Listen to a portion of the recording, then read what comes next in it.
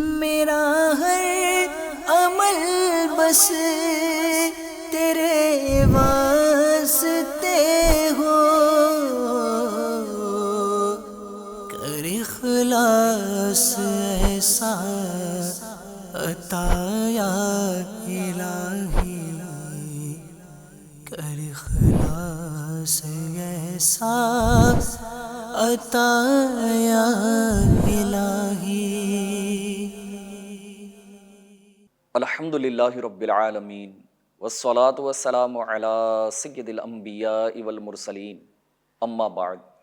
فاعوذ باللہ من الشیطان الرجیم، بسم اللہ الرحمن الرحیم۔ الصلاة والسلام علیک یا رسول اللہ وعلی آلک واصحابک یا حبیب اللہ، الصلاة والسلام علیک یا نبی اللہ وعلی آلک واصحابک یا نور اللہ صلی اللہ تعالی علیہ وآلہ وسلم۔ ایف جی این چینل کے ناظرین، پھر سے پروگرام خود کو سنوارے میں ایک نئے ٹاپک کے ساتھ ہم حاضر ہیں، اور آج کے اس ایپیسوڈ میں آپ کو مرحبا کہتے ہیں، آپ کا بہت بہت ویلکم ہے۔ اول تا آخر ہمارے ساتھ بنے رہیے انشاءاللہ عز و جل۔ آج ایک پیاری اور بڑی ہی بہترین ٹاپک کو آپ کے سامنے ہم ڈسکس کریں گے۔ آئیے اس ڈسکشن سے پہلے نبی کریم صلی اللہ تعالی علیہ وآلہ وسلم پر درود و سلام پڑھنے کی فضیلت کی طرف بڑھتے ہیں کہ اللہ پاک کے آخری نبی مکی مدنی محمد عربی صلی اللہ تعالی علیہ وآلہ وسلم کا فرمان عالی شان ہے کہ جو مجھ پر ایک مرتبہ درود پاک پڑھے، اللہ تبارک و تعالی اس کے لیے ایک قیرات اجر لکھتا ہے، اور ایک قیرات احد پہاڑ کے برابر ہے۔ صلو علی الحبیب صلی اللہ تعالی علی محمد صلی اللہ تعالی علیہ وآلہ وسلم۔ ایف جی این چینل کے ناظرین، یقیناً نیکیاں کمانے کا یہ بڑا ہی پیارا اور آسان طریقہ ہے کہ قیامت کے دن جب نامہ اعمال تولے جائیں گے، میزان میں رکھے جائیں گے، اور ایک درود پاک کی برکت سے احد پہاڑ کے برابر اگر نیکیاں ہوں، اور آپ جانتے ہوں تو میں آپ کو بتاؤں کہ احد پہاڑ کے بارے میں فرمایا گیا کہ یہ تقریباً 7 یا 7.5 کلومیٹر پر پھیلا ہوا ہے۔ جب ایک درود پاک پڑھنے کی اتنی نیکیاں یا اس کے برابر نیکیاں ہوں، تو پھر روزانہ اگر امیر اہل سنت دامت برکاتہم العالیہ کے عطا کردہ نیک اعمال کے رسالے کے مطابق 313 مرتبہ اگر ہم درود پاک پڑھنے کی عادت بنائیں تو انشاءاللہ عز و جل روزانہ اتنی نیکیاں ہم کمانے میں کامیاب ہو سکتے ہیں۔ الحمدللہ عز و جل ہم اپنے اس پروگرام کے اندر معاشرے کو ڈیولپمنٹ کی طرف لانے، اور معاشرے سے، اپنی سوسائٹی سے برائیوں کو دور کرنے، اور پھر وہ چیزیں جو ہمارے معاشرے کو برائی کی طرف یا بربادی کی طرف لے کر آ رہی ہیں، جس سے تباہی ہو سکتی ہے، فتنے ہو سکتے ہیں، فساد ہو سکتے ہیں، ایسی باتوں کو جو ڈیلی روٹین میں اور ہماری عام زندگی کے اندر شامل ہوتی ہیں، بعض اوقات ان پر ہماری توجہ نہیں ہوتی، اور ہم کہتے کہ بھائی دور تو ایسا ہی ہے اور اس کے ساتھ چلنا پڑتا ہے۔ تو اگر ہم سب مل کر اگر اس پر کوشش کریں تو انشاءاللہ تبارک و تعالی ہماری سوسائٹی سے ان برائیوں کو دور کرنے، اس کا خاتمہ کرنے میں ہم کامیاب ہو سکتے ہیں۔ آج کے جو ہمارے دور کا ایک برننگ ایشو ہے وہ یہ ہے کہ ہم آپس میں ایک دوسرے سے قرض لیتے ہیں، اور یقیناً یہ زندگی کا ایک حصہ ہے کہ انسان اپنے دوست سے، اپنے رشتہ دار سے، اپنے پڑوسی سے قرض لیتا ہے، اور قرض کا لین دین یہ ہمارے معاشرے کے اندر ڈیلی روٹین میں چلتا ہے۔ کوئی دکاندار کے پاس جا کر اس سے قرض کے طور پر یعنی ادھار میں سامان خریدتا ہے، کوئی کہیں پر کچھ کرتا ہے، کوئی آپس میں لین دین کا معاملہ ہوتا ہے۔ جو اسی طرح کی بزنس کے اعتبار سے ڈیلنگ ہوتی ہے تو تھوڑا سا ٹوکن اماؤنٹ دے کر کے کچھ وقت کے بعد وہ پیسہ لوٹایا جاتا ہے۔ تو یہ اس طرح روزمرہ کے معاملات میں ہمارے ساتھ یہ ساری ضروریات زندگی کو ہم لے کر چل رہے ہوتے ہیں۔ لیکن ایک تعداد ہماری سوسائٹی کے اندر ایسی بھی ہے کہ جو قرض لینے کے بعد اپنے محسن کو وہ محسن نہیں مانتے، اس بیچارے کو دھکے کھلا رہے ہوتے ہیں۔ کبھی کبھی تو ہو سکتا ہے آپ نے بھی سنا ہوگا، میں نے بھی سنا ہے کہ کچھ کہنے والے جو ہے نا اس طرح کہتے ہیں کہ ٹھیک ہے ہم نے آپ سے قرض لیا ہے، کسی کا ڈبایا نہیں ہے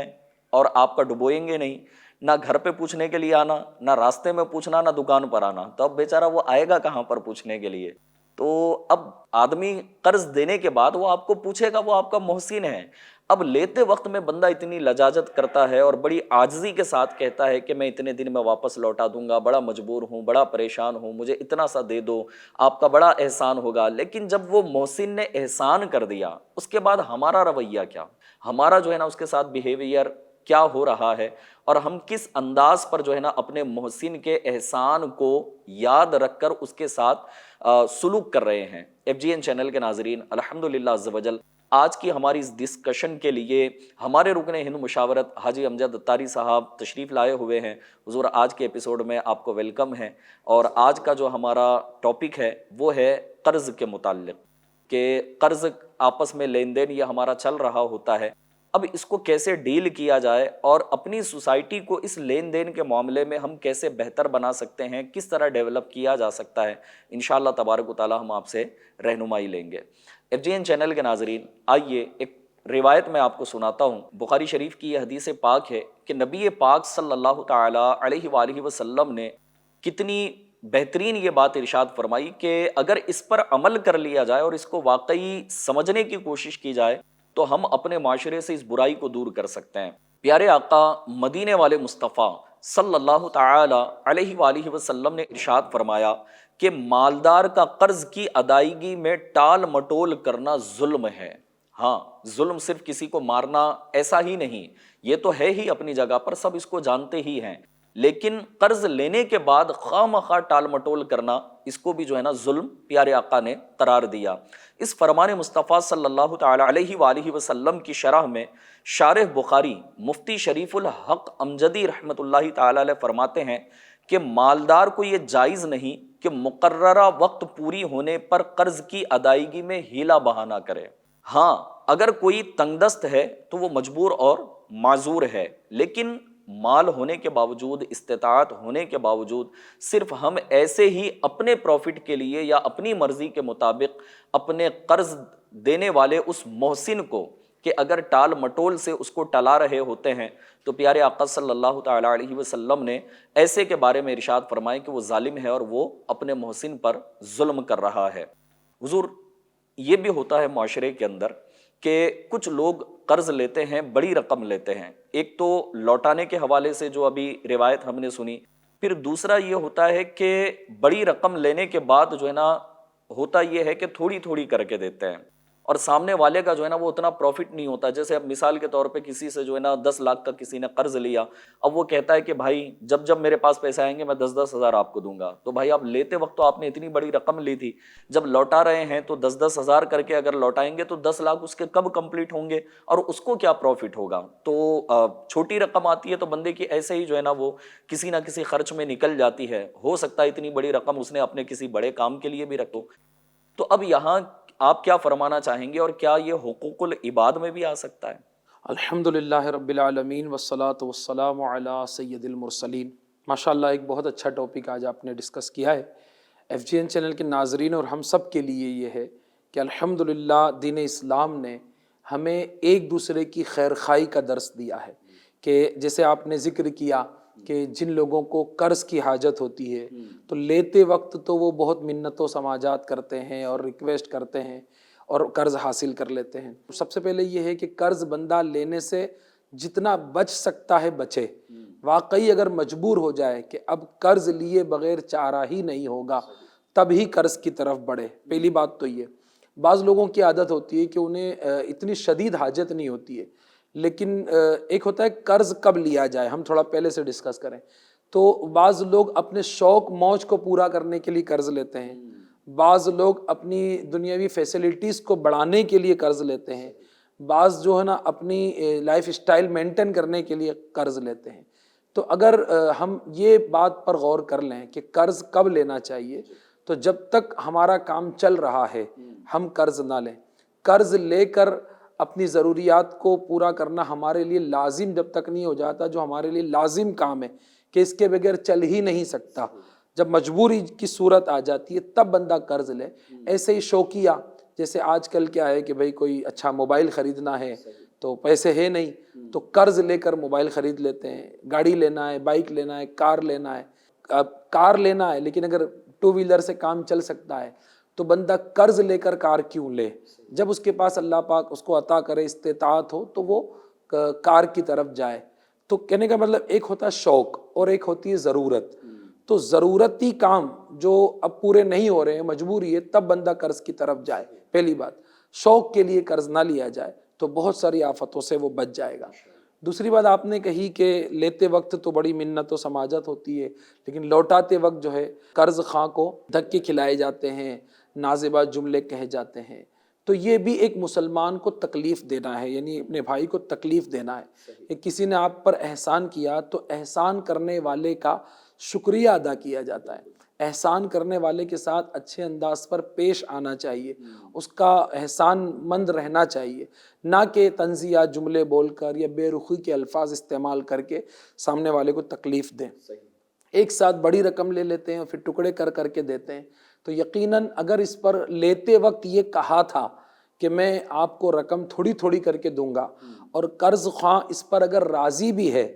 تب تو سمجھ میں آتا ہے کہ آپ تھوڑی تھوڑی کر کے دے دیں۔ لیکن اگر لیتے وقت یہ کہا تھا کہ میں پوری رقم ایک ساتھ دے دوں گا، یا جس طرح سے لیتے وقت طے کیا تھا، تو اب لیتے وقت جس طرح طے کیا، کوشش کرنا ہے کہ اسی طرح آپ جو طے ہوا تھا اپنی رقم کی ادائیگی کریں۔ اکٹھا دینے کی بات ہوئی تھی تو اب اکٹھا دینا ہوگا،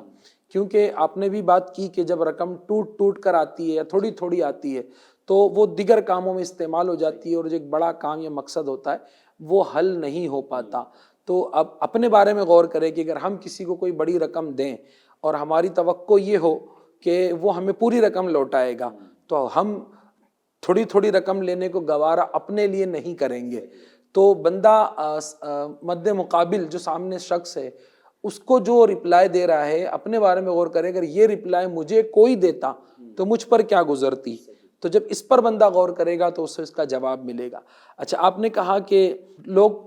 تھوڑی تھوڑی رقم کر کے دیتے ہیں، بعض تو دیتے ہی نہیں ہیں بلکہ ہڑپ کر جاتے ہیں۔ اور یاد رکھیے کہ رقم نہ دینا یا توڑ توڑ کر دینا جس سے قرض خواہ کو تکلیف ہو، تو یہ حقوق العباد کے معاملات میں بھی آتا ہے۔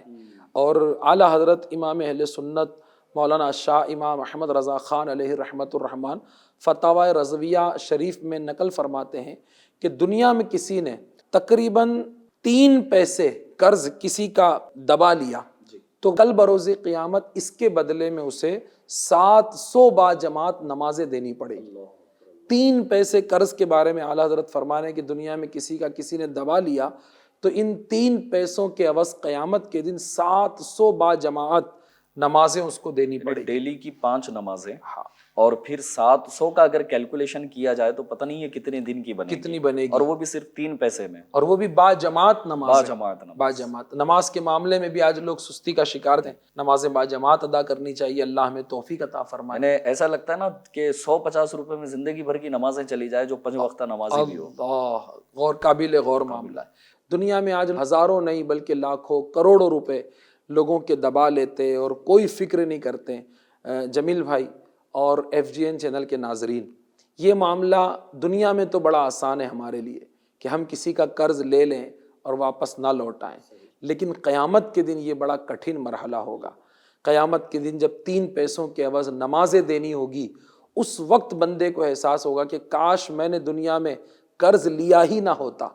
اور اگر لیا تھا تو وقت پر میں ادا کر دیا ہوتا۔ اس معاملے سے دنیا ہی میں اگر خلاصی ہو گئی ہوتی تو آج قیامت میں یہ دشواریاں میرے سامنے نہ ہوتی۔ قیامت کا وہ دن ہے کہ جہاں بندے کو ایک ایک نیکی کی اہمیت کا احساس ہوگا۔ جی ہاں، ایک ایک نیکی کا اہمیت کا احساس ہوگا۔ یعنی اس کو یوں بھی سمجھا جا سکتا نا امجد بھائی اور FGN چینل کے ناظرین کو، اگر میں یہ ایک ایگزامپل دوں کہ ایک اسٹوڈنٹ ہو جس نے زندگی بھر بڑی محنت کی ہے اور کڑی محنت کے ساتھ وہ پاس ہوا، اب وہ اس کا انٹرویو ہو رہا اور ایک بڑی پوسٹ پر وہ جانے والا ہو، اور اس کو یہ کہا جائے کہ صرف آپ کا 1% مارکس کم ہے اور آپ کو یہ پوسٹ نہیں ملے گی، تو اس وقت جو اس کے دل کی کیفیت ہوتی ہے نا، وہ وہی سمجھ سکتا ہے۔ لیکن یہاں تو صرف دنیا میں چند سال کی وہ پوسٹ رہے گی، لیکن جنت کی تو وہ پوسٹ ہے کہ جو نہ ختم ہونے والی زندگی ہے، ہمیشہ ہمیشہ رہنے والی زندگی، اور وہاں اگر بندہ جس طرح آپ فرما رہے ہیں کہ ایک نیکی سے جنت میں جانے سے محروم ہو جائے۔ جی، نیکیوں کی قدر تو حقیقت یہی ہے کہ قیامت کے دن ہی پتہ چلے گی۔ آج ہم چھوٹی چھوٹی باتوں پر یا سستی کی بنا پر دنیا میں نیکیاں کرنے سے محروم ہو جاتے ہیں. کل بروز قیامت جب دشواری کا معاملہ ہوگا نا، اس وقت احساس ہوگا کہ کاش میں نے سستی نہ کی ہوتی. صحیح. تو خیر، اب دنیا میں اگر کسی کا قرض دبا لیا تو یہ حقوق العباد میں ہے، حق کے عبد ہے، بندوں کا حق. اور اس کے بارے میں علماء فرماتے ہیں کہ قیامت کے دن حقوق العباد کا جو معاملہ ہوگا، جب تک بندہ معاف نہیں کرے گا تب تک اللہ تبارک و تعالیٰ بھی معاف نہیں فرمائے گا. یعنی دنیا میں جس کا بھی حق تلف کیا، قرض کی ہم بات کر رہے ہیں، کسی سے قرض لیا اور ادا نہیں کیا، ادا کیے بغیر مر گیا، تو روایت میں آتا ہے کہ بروز قیامت دونوں کو لایا جائے گا. اللہ تبارک و تعالیٰ جب دونوں کے درمیان فیصلہ فرمائے گا تو قرض خواہ سے کہا جائے گا کہ تو چاہے تو اسے معاف کر دے. اگر وہ معاف نہیں کرے گا تو پھر یہ ہوگا کہ قرض دار جس نے قرض لیا تھا اس کی نیکیاں قیامت کے دن قرض خواہ کو دی جائے گی، نیکیاں دی جائے گی. جیسے 700 نمازیں 3 پیسے کے عوض، اب یہ ساری نمازیں بھی دے دی، اس کے بعد بھی معاملہ کلیئر نہ ہوا تو جو دیگر نیکیاں ہیں وہ بھی اس کو دینی پڑے گی. پھر فرمایا گیا کہ اگر ساری نیکیاں دے دینے کے بعد بھی معاملہ کلیئر نہیں ہوتا تو اب قرض خواہ کے گناہ اللہ یہ قرض دار پر ڈالے جائیں گے. اندازہ لگائیے کہ نیکیاں بھی ساری چلی گئی، ابھی بھی معاملہ کلیئر نہیں ہوا تو اب قرض خواہ کے گناہ قرض دار کو پر ڈالے جائیں گے اور یوں اس کا معاملہ کلیئر کیا جائے گا. تو کیسی آزمائش پر آزمائش ہوگی اس وقت. اور اگر ہم FGN چینل کے ناظرین غور کر لیں کہ دنیا میں بندہ ہے نا خودداری کی زندگی گزارے نا، یہ اس کے لیے سب سے بہترین اور آسان طریقہ ہے. تھوڑی تکلیفیں برداشت کر لے، تھوڑی پریشانی اٹھا لے.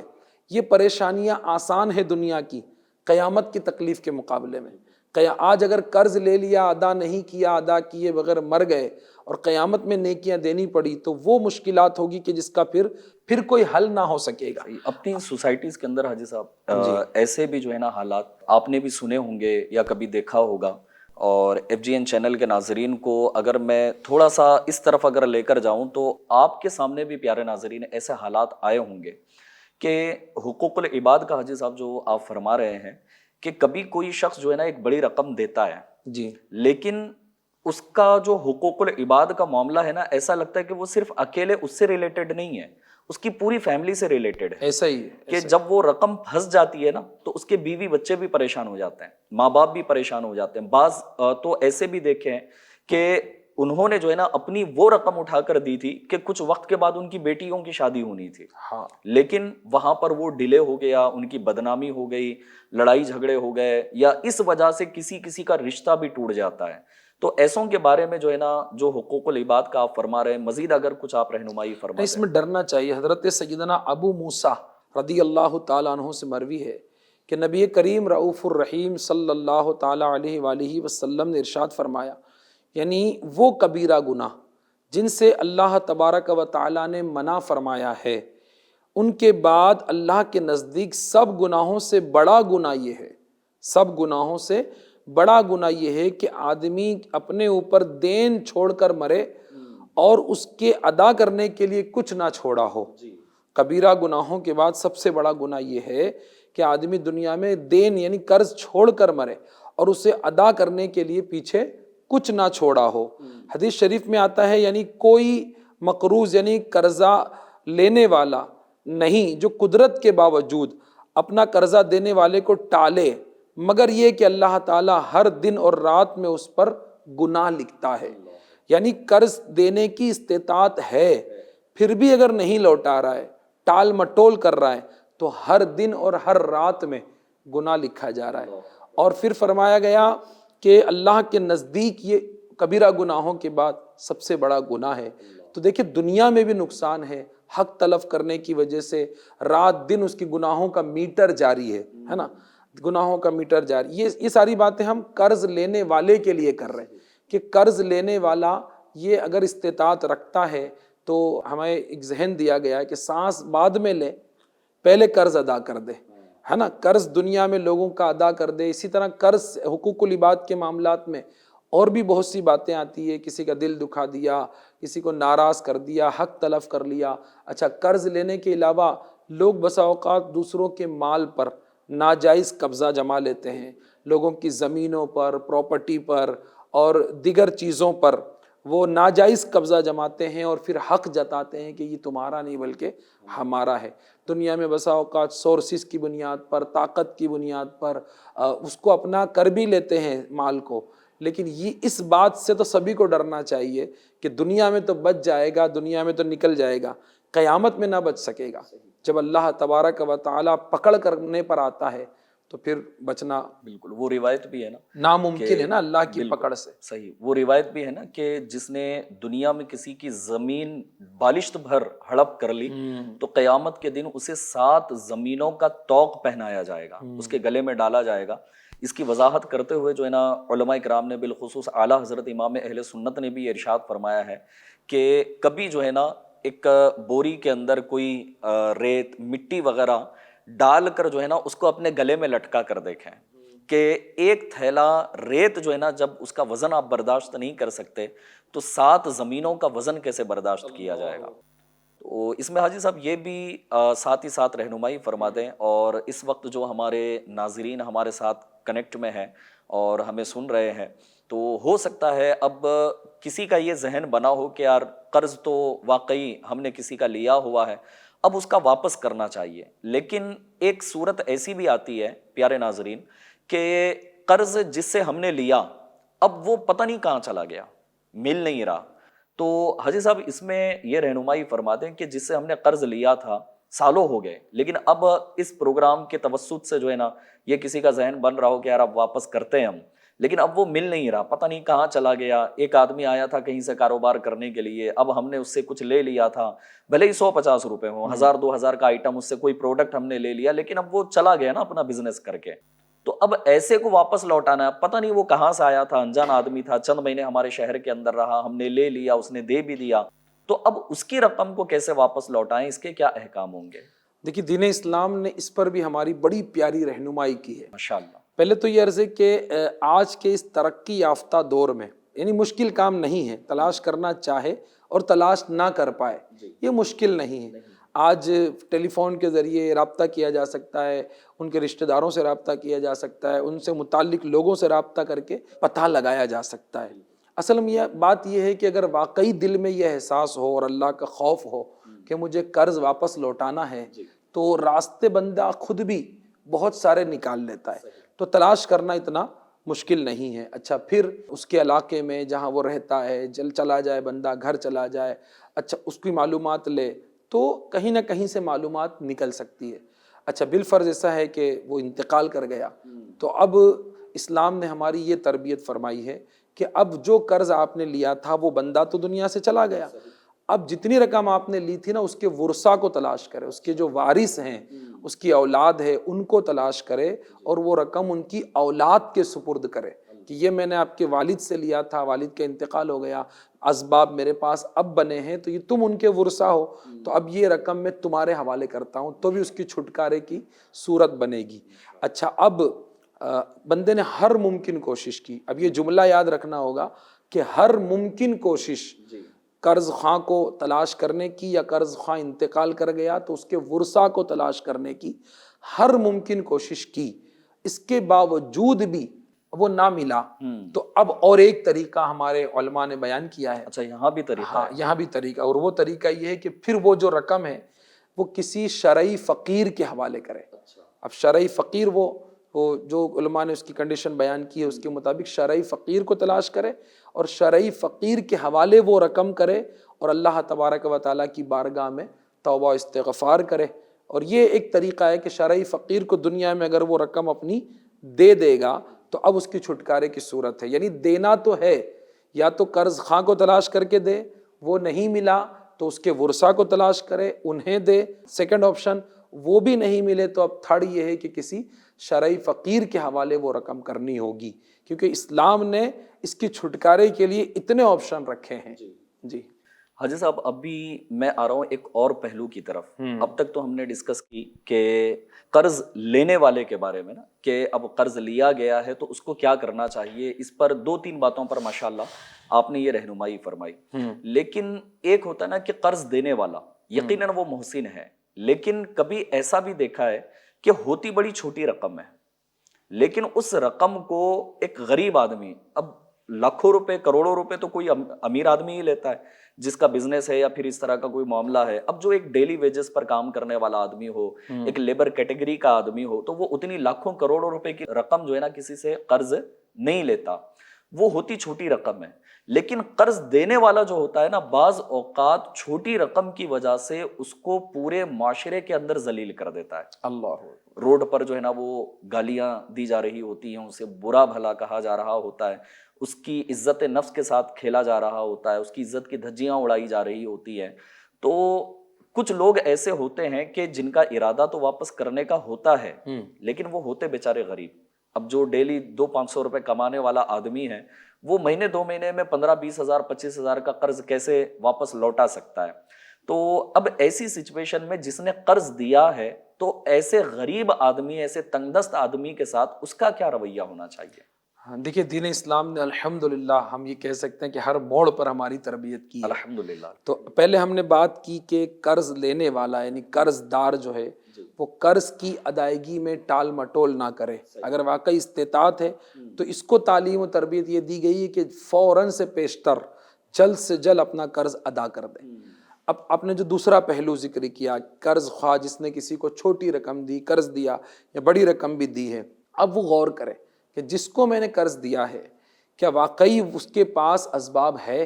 اگر اسباب ہے تو اس کو لوٹانا چاہیے اور اس کو لینا چاہیے۔ لیکن وہ دیکھ رہا ہے کہ اس نے لیتے وقت نیت بھی صحیح کی تھی اور اس نے لیا بھی تھا، اس کی ضرورت بھی تھی، دینے کی نیت بھی تھی، لیکن یہ قرض دار جو ہے یہ کسی آزمائش میں آ گیا ہے، کسی پریشانی میں آ گیا ہے، یا واقعی غریب آدمی ہے، حاجت مند ہے، تو اب اس کو تعلیم یہ دی جائے گی کہ تم نرمی کرو،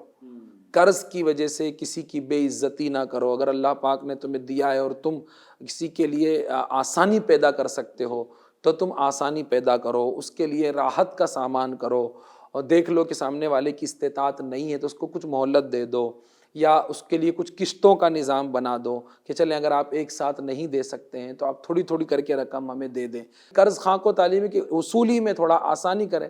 قرض دار یعنی قرض لینے والے کو تعلیم ہے کہ وہ جلدی دے۔ تو دونوں طرف تعلیم اور تربیت تو کی گئی ہے، لیکن جو آپ نے کہا نا کہ کسی کی عزت پامال کر دینا، ذلیل کرنا، لوگوں کے اندر اس کو، اچھا بعض لوگ تو نا یہ اس طرح کا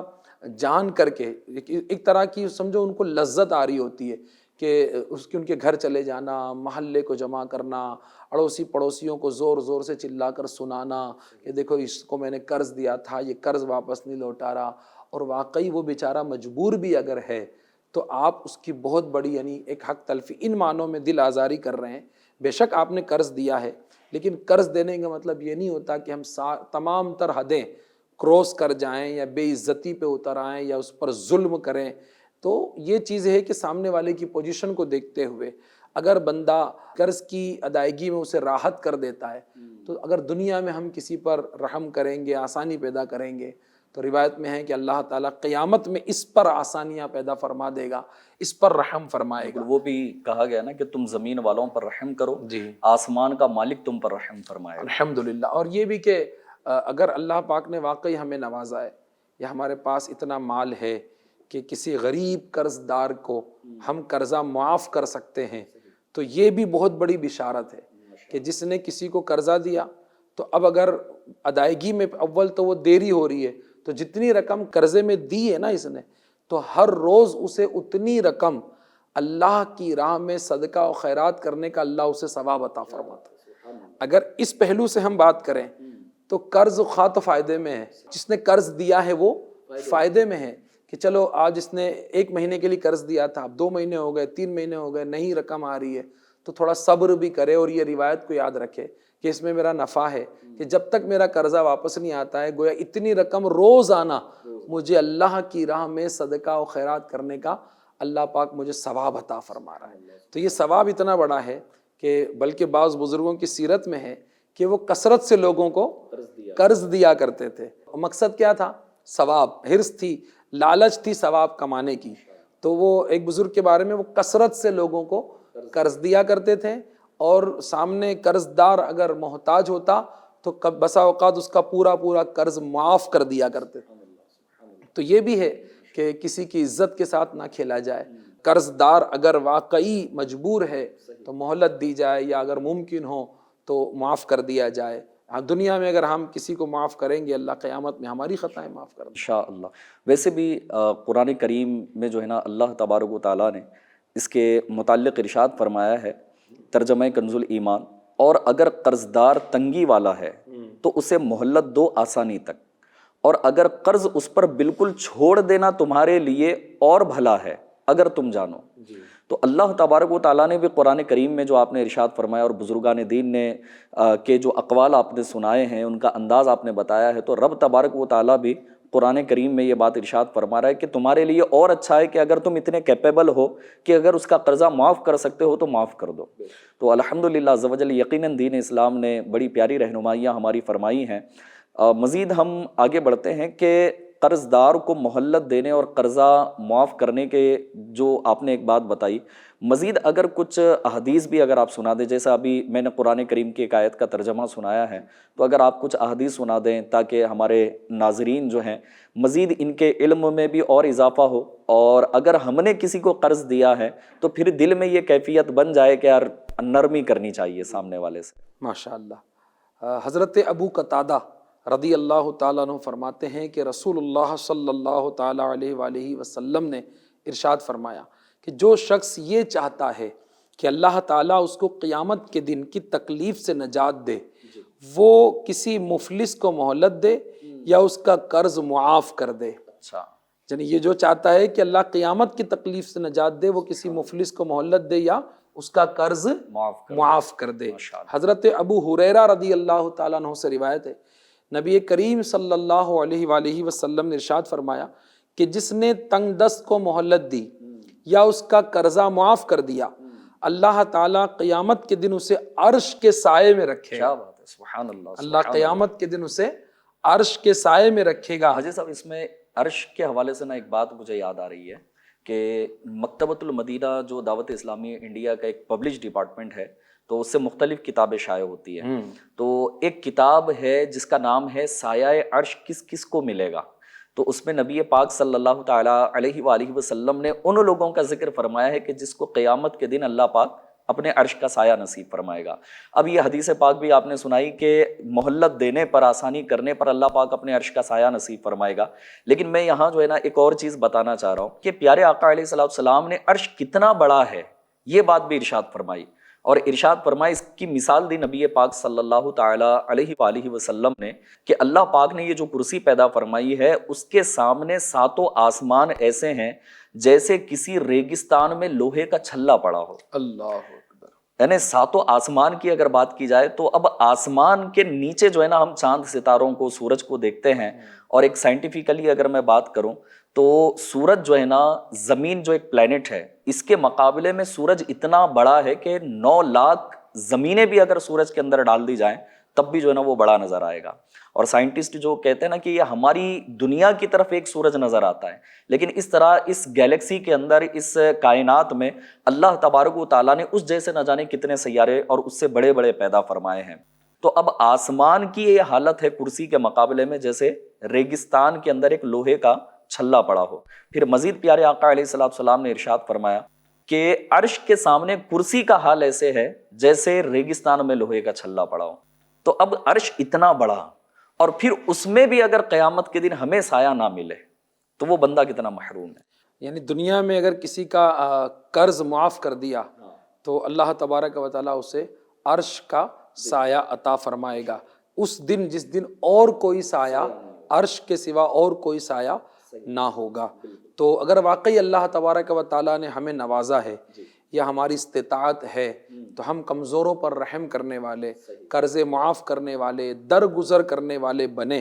تو اصل میں یہ ساری باتیں جب سنتا ہے نا بندہ تبھی ذہن بنتا ہے۔ تو FGN چینل کے ناظرین کو آج ہم اس پروگرام کے ذریعے جو میسج دینا چاہ رہے ہیں، میں ایک روایت سناتا ہوں، بڑی پیاری روایت ہے۔ حضرت حذیفہ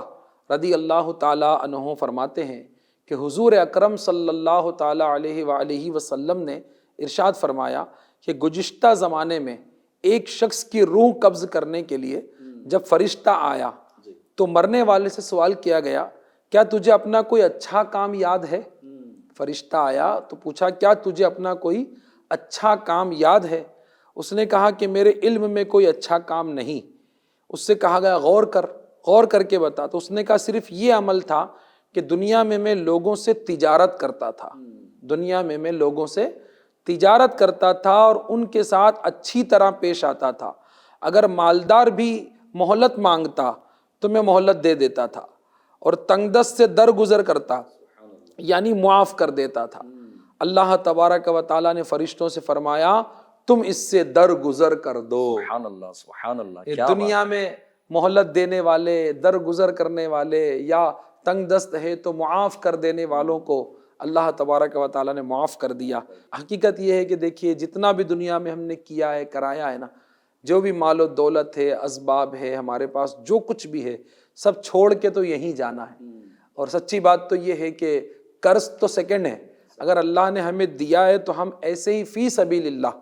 غریبوں کی مدد کریں، محتاجوں کی مدد کریں. اور اس میں بھی صلہ رحمی کی فضیلت ہے کہ ہم اپنے غریب رشتہ داروں کا خیال رکھیں، ہم اپنے غریب پڑوسیوں کا خیال رکھیں. اب جیسے کہ رمضان آنے والا ہے تو رمضان میں ہم اپنے غریب رشتہ داروں کے ساتھ، غریب مسلمانوں کے ساتھ، پڑوسیوں کے ساتھ ہم جو ہے وہ صلہ رحمی، رشتہ داروں کے ساتھ صلہ رحمی، غریبوں کے ساتھ جو ہے خیر خواہی، یہ اگر ہم اپنائیں کریں تو کیا عجب کہ دنیا میں اگر ہم کسی غریب کی مدد کریں اور یہ عمل اللہ تبارک و تعالیٰ کی بارگاہ میں قبول ہو جائے تو FGN چینل کے ناظرین یہ ہمارے لیے نجات کا ذریعہ بن سکتا ہے، یہ ہمارے لیے بخشش کا سبب بن سکتا ہے. اور رمضان میں ہم ایسے قرض داروں کو کہ جو واقعی قرض ادا کرنے کی استطاعت نہیں رکھتے ہیں اور اللہ نے آپ کو دیا ہے، تو کیا ہی اچھا ہو کہ رمضان میں قرض معاف کر دیں. رمضان میں قرض خواہ کو خوشخبری سنا دے کہ بھائی میں نے آپ کو قرض دیا تھا، میں اللہ کی رضا کے لیے معاف کرتا ہوں، تم بے فکر ہو جاؤ. صحیح. اب رمضان کا بھی وہ مہینہ کہ جس میں اجر جو ہے نا 70 گنا بڑھ جاتا ہے. تو رمضان میں خوشخبری سنا دے کسی غریب کو اور اس کے دل میں راحت پیدا ہو جائے، سکون ہو جائے، اور تو وہ کتنی دعائیں دے گا. تو کمزور کی دعا، مجبور کی دعا، حاجت مندوں کی دعا، یہ وہ ہوتی ہے جو ہمیں بڑی بڑی آزمائشوں سے بچا لیتی ہے، بڑی مصیبتوں سے، بڑی پریشانیوں سے بچا لیتی ہے. ایک شخص تھا جو بڑا امیر و کبیر تھا، اور اس کو جو ہے نا بہت زیادہ اللہ پاک نے دولت سے نوازا تھا. ایک دن وہ گوشت خریدنے کے لیے گوشت کی دکان پر گیا تو کیا دیکھا کہ وہاں پر ایک بیوہ جو ہے وہ گوشت کی دکان پر جو گوشت کے چچڑے نکلتے ہیں، کچرا نکلتا ہے، اس کو جو گوشت بیچنے والے صاف کر کے پھینک دیتے ہیں، وہ اسے چن رہی ہے، وہ اسے اٹھا رہی ہے. تو اس کو بڑی حیرت ہوئی. اس نے اس سے پوچھا کہ تم یہ کیوں اٹھا رہی ہو؟ تو اس نے کہا کہ میں ایک بیوہ ہوں، میرے بچے ہیں، اور آج میرے بچوں نے جو ہے نا وہ گوشت کھانے کا ارادہ کیا ہے، لیکن اسباب نہیں ہے، تو میں یہاں سے یہ چچڑے کچرا اٹھا رہی ہوں، اس کو گھر لے جا کے صاف کروں گی، اس میں سے کچھ نہ کچھ گوشت نکل جائے گا، بچوں کو کھلا کے ان کی خواہش پوری کروں گی. اس کو بڑا جھٹکا لگا. وہ سوچنے لگا کہ آج مجھے اللہ نے اتنا نوازا ہے کہ میرے پاس سب کچھ ہے، اور ایسے بھی دنیا میں لوگ ہیں جن کے پاس یہ حالات ہیں. تو اس نے گوشت بیچنے والے کو کہا، پہلے تو گوشت بہت سارا خرید کر اس کو دیا اس عورت کو، اور گوشت بیچنے والے سے کہا کہ اسے پہچان لو، یہ جب بھی تمہارے پاس آئے نا تو تم اس کو جتنا مانگے اتنا گوشت دے دینا، پیسے مجھ سے لے لینا. اب یہ اس نے نیکی کی FGN چینل کے ناظرین، اور وہ چلا گیا. کہتے ہیں کہ اس سے پہلے نہیں، جب یہ واقعہ پیش آیا تو اس سے پہلے اسے دل کا دورہ پڑا، اور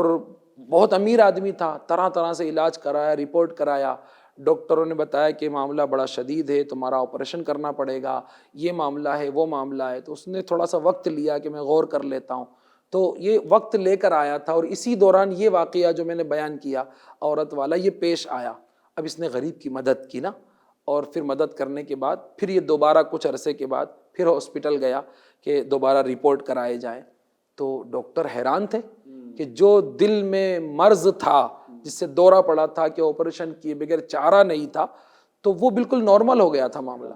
تو ڈاکٹروں کو حیرت ہوئی کہ تم نے کون سی دوا استعمال کی؟ اس نے کہا میں نے کوئی دوا استعمال نہیں کی. تو پھر اب چونکہ تھا امیر آدمی تو ڈاکٹر نے مشورہ دیا کہ ہماری رپورٹ تو نارمل ہے، لیکن دل کی تسلی کے لیے آپ چاہیں تو یورپ چلے جائیں اور وہاں جا کر آپ پھر سے رپورٹ کرائیں. تو وہ شخص یورپ گیا. اچھا. اس نے وہاں جا کر کے پھر اپنی رپورٹیں کرائی تو پھر الحمدللہ ساری رپورٹ نارمل، اور گویا کہ وہ مرض غیب سے غائب ہو گیا۔ واہ، تو اب ڈاکٹر نے اس سے پوچھا کہ تم نے ایسا کیا کیا کہ جس سے تمہارا یہ مرض دفع ہو گیا، چلا گیا؟ تو اس نے غور کیا کہ میں نے ایسا کیا کیا، تو اسے پھر وہ بیوہ عورت یاد آئی۔ اس نے کہا کہ اب مجھے یاد آ گیا کہ علاج کہاں سے ہوا ہے، علاج کہاں سے ہوا ہے۔ تو FGN چینل کے ناظرین غور کیجئے کہ جب اس نے بیوہ کی مدد کی ہوگی اور وہ گوشت لے کر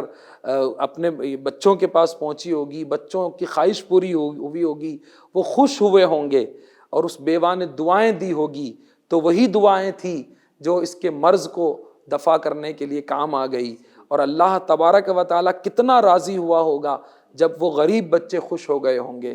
تو FGN چینل کے ناظرین، آج ہمارے لیے یہ پیغام ہے کہ اگر اللہ پاک نے ہمیں مال و دولت دیا ہے تو ہم غریبوں کی مدد کریں، ان کے دل کی دعائیں لیں۔ ہو سکتا ہے کہ بڑی سے بڑی دوا یا بڑے سے بڑا علاج ہمیں شفا نہ دے، لیکن کسی مظلوم کی دعا وہ کام کر دے جو بڑی سے بڑی میڈیکل کی دوائیاں ہمیں شفا نہ دے سکے۔ تو غریبوں کی دعائیں لینا، غریبوں کی مدد کرنا، محتاجوں کی امداد کرنا۔ اور پھر اسی موضوع کی طرف آتے ہیں کہ اگر قرض دار مجبور ہے تو اسے معاف کر دینا۔ جہاں دنیا میں نقصان سے، بیماریوں سے، بلاؤں سے، مصیبتوں سے ہمیں بچا دے گا نا، وہیں قیامت کے دن اللہ تعالی ہم پر رحم کرے گا اور ہماری خطاؤں کو بھی معاف کر دے گا۔ تو یہ دنیا کی دولت تو سب کو چھوڑ کے جانی ہے، کاش کہ یہ دولت ہماری ایسی جگہ لگ جائے کہ کسی غریب کے کام آ جائے اور یہ ہماری نجات کا ذریعہ بن جائے۔ ماشاءاللہ، سبحان اللہ۔ ہمارے مہمان حاجی امجد صاحب بڑی پیاری پیاری رہنمائی کر رہے ہیں، توجہ کے ساتھ آپ سنیے، اور اختتامی وقت بھی اب ہمارا ہے۔ حضور، اس میں ایک بات میں آپ سے یہ بھی پوچھنا چاہوں گا کہ دنیا کے اندر قرض عموماً وہی دیتا ہے کہ جس کے پاس دولت ہوتی ہے، ویسے جس کے پاس نہیں ہوتی وہ چھوٹا موٹا تو لین دین سب کے ساتھ چل ہی رہا ہوتا ہے، لیکن جب ایک بڑا آدمی کہ بالکل اس کا ایک اثر و رسوخ ہے، اب اگر وہ کسی کو قرض دے اور اگر وہ معاف بھی کر دے، یعنی مہلت بھی دے رہا ہے اس کو، اور اگر اس کی کنڈیشن جس طرح آپ نے بتائی ہے کہ تنگ دست ہے اور معاف کرنے کا اختیار تو ہے ہی، اور پھر اگر آپ اتنے کیپیبل ہو کہ معاف کر سکتے ہو، تو معاف کرنے پر ہماری سوسائٹی کے اندر کیا چینجز آ سکتا ہے؟ کوئی کسی بزرگ کا اگر آپ واقعہ اس پر سنانا چاہیں کہ کیا تبدیلیاں جو ہے نا ہمارے معاشرے کے اندر کیا بہتریاں آ سکتی ہیں؟ دیکھیے کہ اچھا سلوک، خیر خواہی، یہ تو بہت سارے لوگوں کو ہمارے بزرگوں کے واقعات سے یہ موجود ہے کہ اچھا تعلق، اچھا سلوک، خیر خواہی سے پیش آنا بسا اوقات گناہ گاروں کو گناہوں سے توبہ کر کے نیکی کے راستے پہ لانے کا ذریعہ بن جاتا ہے۔ بعضوں کو اس کی برکت سے ایمان کی دولت نصیب ہو جاتی ہے، بعض برائیوں کو چھوڑ کے نیکیوں کی طرف آ جاتے ہیں۔ ایک نہیں سینکڑوں واقعات ہیں۔ امام اعظم ابو حنیفہ کا ہم ذکر کرتے ہیں کہ آپ کثرت سے لوگوں کو قرض دیا کرتے تھے، اچھا، اور پھر غریبوں محتاجوں کا قرض معاف بھی کر دیا کرتے تھے۔ تو اسی طرح آپ نے ایک مرتبہ ایک کو قرض دیا ہوا تھا، تو آپ اس سے ملاقات کے لیے جا رہے تھے، راستے میں آپ کے پیر میں کچھ کیچڑ لگ گئی یا گندگی لگ گئی جوتے میں، آپ نے اسے صاف کرنا چاہا تو وہ کیچڑ اڑ کر جو قرض دار تھا اس کی دیوار پر جا کر لگ گئی۔ تو اب امام اعظم خوف خدا والے تھے، اب آپ پریشان ہو گئے کہ اگر دیوار سے میں کیچڑ کو نکال دیتا ہوں، جھاڑتا ہوں، تو دیوار کو نقصان پہنچے گا، اور اگر نہیں صاف کرتا ہوں تو دیوار بدنما لگے گی، اور وہ دیوار تھی انہی کے قرض دار کی جس کو آپ نے قرض دیا تھا۔ تو آپ اس کے دروازے پہ پہنچے، دروازہ کھٹکھٹایا، وہ باہر آیا تو وہ پریشان تھا کہ اب شاید امام اعظم قرض مانگیں گے، تو آتے اس نے ٹال مٹول کرنا شروع کر دی کہ حضور میرے پاس اسباب نہیں ہے، میں ابھی نہیں دے سکتا، میں بعد میں دے دوں گا۔ آپ نے کہا میں اس کے لیے نہیں آیا۔ آپ نے وہ کیچڑ والا واقعہ بیان کیا کہ یہ ایسا ہو گیا ہے، تمہاری دیوار پر کیچڑ لگ گیا ہے، میں اس کو کیسے صاف کروں کہ دیوار کو بھی نقصان نہ ہو، میں اس فکر میں ہوں، اس ٹینشن میں ہوں۔ جب اس نے دیکھا کہ انہوں نے اتنا قرض مجھے دیا ہوا ہے، اس کی ان کو کوئی فکر نہیں ہے، اس پر انہوں نے کوئی مطالبہ نہیں کیا، اور ایک معمولی سی کیچڑ میری دیوار پہ لگ گئی تو اتنا ڈر رہے ہیں۔ صحیح۔ تو اس نے کہا حضور دیوار کا کیچڑ بعد میں صاف کیجئے گا، میرے دل کا پہلے صاف کر دو اور مجھے کلمہ پڑھا کر دامن اسلام سے وابستہ کر دو۔ تو آپ کے اخلاق اور آپ کے کردار سے اتنا متاثر ہوا، الحمدللہ وہ تائب ہو گیا، راہ راست پہ آ گیا۔ تو بزرگان دین اس طریقے سے بھی اپنے عمل سے، اپنے کردار سے لوگوں کو درگزر کر کے، معاف کر کے بھی، بھلائی پہنچا کر کے بھی ان کی ہدایت کا سبب بنتے تھے۔ ماشاء اللہ۔ FGN چینل کے ناظرین، آئیے اب یہ ارادہ کر لیجئے کہ اگر آپ نے کسی سے قرض لیا ہے تو نیت کر لیں کہ وقت پر انشاءاللہ تبارک و تعالی ہم اس کا قرض ادا کریں گے، اور کوشش کریں گے کہ اس کا قرض ہم جلدی ادا کر دیں۔ یاد رکھیے گا کہ اپنی خواہشات کو پورا کرتے رہنا یہ تو زندگی بھر ہوتا رہے گا، لیکن جس سے ہم نے قرض لیا ہے نا، اپنی خواہشات کے پیچھے پڑ کر اس بیچارے کو پریشان نہ کیا جائے، ٹال مٹول سے کام نہ لیں، اپنے اس محسن کے احسان کو یاد رکھیں اور پھر وقت پر اس کے قرض کو ادا کرنے کی ضرور کوشش کیجیے گا۔ حضور اس وقت جو ہے نا دنیا بھر کی اگر حالت دیکھی جائے، اس وقت ہمارے بہت سے ناظرین بھی ایسے ہوں گے کہ جنہوں نے کسی نہ کسی سے قرض بھی لیا ہوگا، اور یہ ہماری زندگی کی ایک ضرورت بھی ہے، روزمرہ کے حالات میں یہ معاملات ہمارے پیش آتے ہیں۔ کوئی ایک ایسا وظیفہ بھی بتا دے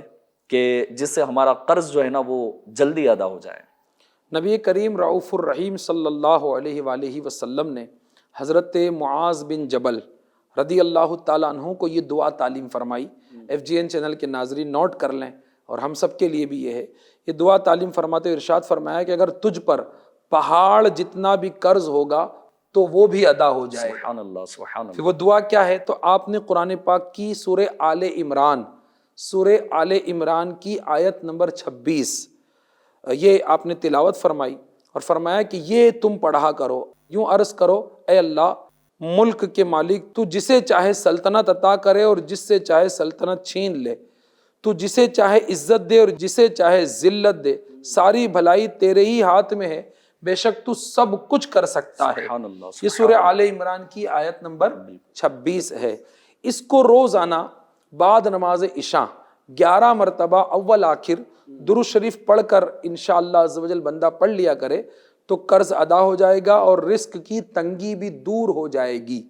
تو یہ الحمدللہ تعلیم اللہ کے نبی صلی اللہ تعالیٰ علیہ وآلہ وسلم نے اپنے صحابی رضی اللہ تعالیٰ عنہ کو دی، تو یہ ہم سب کے لیے بھی ہے کہ سورہ آل عمران کی آیت نمبر 26 اس کو عشاء کی نماز کے بعد 11 مرتبہ اول آخر درود شریف کے ساتھ پڑھتے رہیں تو انشاءاللہ عز و جل قرض کی ادائیگی کے اسباب بھی ہوں گے۔ اور ایک چیز اور ہے کہ بندہ صلاۃ الحاجت پڑھے۔ صلاۃ الحاجت یعنی 2 رکعت نماز نفل اس نیت سے روزانہ پڑھ لے کہ یا اللہ اس نماز کی برکت سے تو ادائیگی قرض میں میری مدد فرما، میرے لیے اسباب پیدا فرما۔ تو 2 رکعت نماز پڑھے، ہر نماز میں سورہ فاتحہ کے بعد 3 مرتبہ قل هو اللہ شریف پڑھے، اور پھر اس کے بعد نماز سے فارغ ہو کر اللہ کی بارگاہ میں گڑ گڑا کر دعائیں کرے۔ تو روز صلاۃ الحاجات پڑھ کر دعائیں بھی بندہ کرتا رہے اور یہ دعا بھی پڑھتا رہے تو انشاءاللہ الکریم اس کی قرض کی ادائیگی کے اسباب بنیں گے انشاءاللہ۔ ماشاءاللہ۔ پیارے ناظرین، یقیناً یہ بڑا بہترین علاج ہے، اور سورہ آل عمران کی آیت نمبر 26 کا یہ ذکر کیا گیا تو آپ قرآن کریم سے اس آیت مبارکہ کو نکال لیں، اور پھر اب اس میں کنفیوژن نہ ہو اس لیے میں آیت مبارکہ بھی آپ کو پڑھ کے سنا دوں کہ اللہ تبارک و تعالیٰ اس میں ارشاد فرماتا ہے قل اللہم مالک الملک تؤتی الملک من تشاء وتنزع الملک ممن تشاء وتعز من تشاء وتذل من تشاء بیدک الخیر انک علی کل شیء قدیر۔ یہ سورہ آل عمران کی آیت نمبر 26 ہے۔ ایک اور وظیفہ میں بھی بتا دیتا ہوں کہ اگر کوئی شخص روزانہ ہر نماز کے بعد 11 مرتبہ اور صبح و شام 100 مرتبہ، ٹھیک ہے، صبح و شام میں 100 مرتبہ پڑھنا ہے، اور ہر نماز کے بعد 11 مرتبہ یہ دعا پڑھے، اور اول آخر 3 مرتبہ درود پاک پڑھے۔ دعا کیا ہے؟ اللہم اکفنی بحلالک عن حرامک واغننی بفضلک عمن سواک۔ اگر اس دعا کو ہر نماز کے بعد 11 مرتبہ اور صبح و شام 100 مرتبہ پڑھ لے اور اول آخر 3 مرتبہ درود پاک پڑھ لے تو اس کے بارے میں حضرت سیدنا علی المرتضیٰ شیر خدا کرم اللہ تعالی وجہہ الکریم کا فرمان ہے کہ اس کے پڑھنے سے اگر بڑے پہاڑ برابر بھی قرض رہے گا تو اللہ تعالیٰ اپنے کرم سے ادا کر دے گا۔ تو FGN چینل کے ناظرین، الحمدللہ عز و جل آج ہم اپنے اس پروگرام خود کو سنوارے میں کہ یہ بھی زندگی کو سنوارنے کا ایک پہلو ہے کہ قرض کا لین دین اگر اچھے انداز میں ہو، ادائیگی بھی اچھے انداز میں ہو، دینے والا بھی اچھے انداز میں دے، واپس لوٹانے والا بھی اچھے انداز میں دے، اور دونوں کے اخلاق اور کردار بھی بہتر ہوں، مانگنے کا طریقہ بھی اچھا ہو اور دینے کا طریقہ بھی اچھا ہو، اور ہر ایک کی عزت نفس کا خیال رکھا جائے، اسے بے عزت نہ کیا جائے۔ اللہ کریم نے اگر آپ کو نوازا ہے، آپ اتنے کیپیبل ہو کہ اس غریب کو معاف کر سکتے ہو، تو پھر اس کے قرض کو معاف کر دے، انشاءاللہ تبارک و تعالیٰ اس کی برکتیں ملیں گی، اور پھر یہ ہماری سوسائٹی کے اندر ایک بہتری لانے کا بھی سبب بنے گا۔ ہم بہت سے فتنے، فساد، ناراضگیاں اور چھوٹے چھوٹے قرض کی وجہ سے بعض اوقات رشتہ داریاں ٹوٹ جاتی ہیں، ہم ایک دوسرے سے ناراض ہو جاتے ہیں، چہرہ کسی کا دیکھنے سے انکار کر دیتے ہیں، نفرت دلوں میں پیدا ہو جاتی ہے، جو آج ہمارے مہمان نے رہنمائیاں فرمائی ہیں۔ اللہ پاک حاجی صاحب آپ کو بڑا اجر دے اس پر، آمین۔ اور دونوں جہاں کی بھلائیاں آپ کو نصیب کرے۔ بڑی پیاری روایتیں، بڑے پیارے فضائل آپ نے سنائے ہیں۔ FGN چینل کے ناظرین ضرور اس پر عمل کیجئے اور اپنی زندگی کو بھی بہتر بنائیں، اپنے معاشرے کو بھی بہتر بنائیں، اپنے آپ کو سنوارنے کے لیے امیر اہل سنت دامت برکاتہم العالیہ کے عطا کردہ 72 نیک اعمال کے رسالے کو اپنانے کی کوشش کریں، اس کے ایک ایک سوال کو پڑھتے رہیں اور اس پر عمل کی کوشش کریں۔ یاد رکھیں، امیر اہل سنت نے قرض کے متعلق بھی نیک اعمال کے رسالے میں سوال عطا فرمایا ہے کہ کیا آج آپ نے قرض ہونے کی صورت میں وقت پر اپنا قرض ادا کر دیا، یا پھر قرض خواہ کو، جو قرض دینے والا ہے آپ کا محسن ہے، اس کو دھکے تو نہیں کھلائے آپ نے؟ تو آپ اس پر عمل کریں، دعوت اسلامی کے دینی ماحول سے ہر دم وابستہ رہیں، ہفتہ وار اجتماعات میں شرکت کرتے رہیں، مدنی قافلوں میں سفر کیجئے۔ رمضان کا مہینہ اللہ پاک نے عطا کر دیا، تو پھر 1 ماہ اور آخری عشرے کے اعتکاف جو دعوت اسلامی انڈیا کی جانب سے پورے ہندوستان بھر میں کروائے جاتے ہیں، ان اعتکاف میں آپ ضرور شرکت کریں، انشاءاللہ تبارک و تعالی مزید اس کی برکتیں حاصل ہوتی رہیں گی۔ اللہ کریم ہم تمام کو عمل کی توفیق عطا فرمائے اور دونوں جہاں کی خیر اور بھلائیاں ہمارا مقدر فرمائے۔ کنٹینیو ہمارے اس پروگرام کے ساتھ بنے رہیے، آئندہ ایپیسوڈز میں بھی ہم نئے اور ٹاپک کے ساتھ آپ کے سامنے حاضر رہیں گے۔ اللہ کریم تب تک ہم تمام کو علم دین سیکھنے اور اس پر عمل کرتے رہنے کی سعادت نصیب فرمائے، آمین، بجاہ النبی الامین صلی اللہ تعالی علیہ وآلہ وسلم۔ صلو علی الحبیب صلی اللہ تعالی علی محمد صلی اللہ تعالی علیہ وآلہ وسلم۔ میرا ہر عمل بس تیرے واسطے ہو، کر اخلاص ایسا عطا یا الہی، کر اخلاص ایسا عطا یا الہی۔